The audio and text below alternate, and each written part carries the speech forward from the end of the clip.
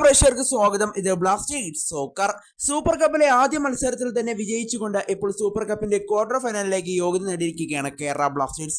ആദ്യ മത്സരത്തിൽ ഈസ്റ്റ് ബംഗാളിനെ എതിരില്ലാത്ത 2 ഗോളുകൾക്ക് പരാജയപ്പെടുത്തിക്കൊണ്ടാണ് ക്വാർട്ടർ ഫൈനലിലേക്കുള്ള പ്രവേശനം ബ്ലാസ്റ്റേഴ്സ് ഉറപ്പാക്കിയത്. എന്നാലും അടുത്ത മത്സരത്തിലും ബ്ലാസ്റ്റേഴ്സ് ആരാധകരുടെ പ്രതീക്ഷ മുഴുവൻ മൊറോക്കൻ സൂപ്പർ താരമായ നോവ സദോയിൽ തന്നെയാണ്.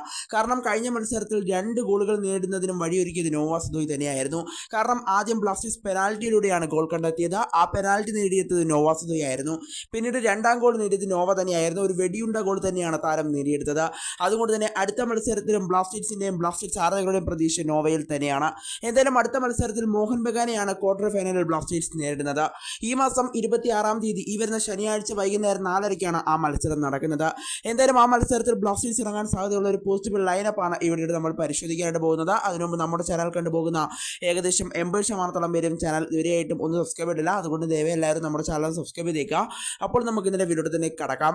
എന്നാൽ ഗോൾ കീപ്പറായി നമ്മൾ സച്ചിൻ സുരേഷിനെ തന്നെയാണ് പ്രതീക്ഷിക്കുന്നത്. കഴിഞ്ഞ മത്സരത്തിൽ മികച്ച പ്രകടനമാണ് സച്ചിൻ സുരേഷ് നടത്തിയത്.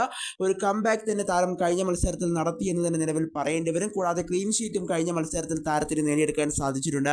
അതുകൊണ്ട് തന്നെ സച്ചിൻ സുരേഷിനെ നമുക്ക് ഗോൾ കീപ്പറായി പ്രതീക്ഷിക്കാം. അതുപോലെ തന്നെ ഡിഫൻസിലേക്ക് എത്തുമ്പോൾ നമുക്ക് പ്രതീക്ഷിക്കാവുന്ന താരങ്ങളാണ് മിലോസും അതുപോലെ തന്നെ ബികാഷും നാമും അവിടെ സെന്റർ ബാക്ക് സ്ഥാനത്ത് തുടരും. അതുപോലെ തന്നെ റൈറ്റ് ബാക്കിലേക്ക് എത്തിയപ്പോൾ കഴിഞ്ഞ മത്സരത്തിൽ ഹോർമി പാം ആദ്യ ലെവലിലേക്ക് കടന്നു വന്നിരുന്നു.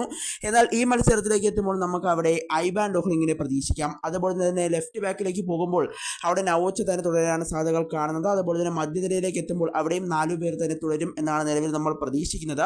മധ്യനിരയിൽ നിന്നും ക്യാപ്റ്റൻ എഡ്രിയാലൂടെ നമ്മൾ എന്തായാലും ഇപ്പോൾ നിലവിൽ ഒഴിവാക്കിയിട്ടുണ്ട്. കാരണം അടുത്ത മത്സരം അദ്ദേഹം കളിക്കുമോ ഇല്ലയോ എന്നതിൽ ഇതുവരെയായിട്ടും ഒരു വ്യക്തത വന്നിട്ടില്ല. കളിക്കാൻ സാധ്യതകൾ കുറവാണെന്നാണ് നിലവിൽ റിപ്പോർട്ടുകൾ സൂചിപ്പിക്കുന്നത്.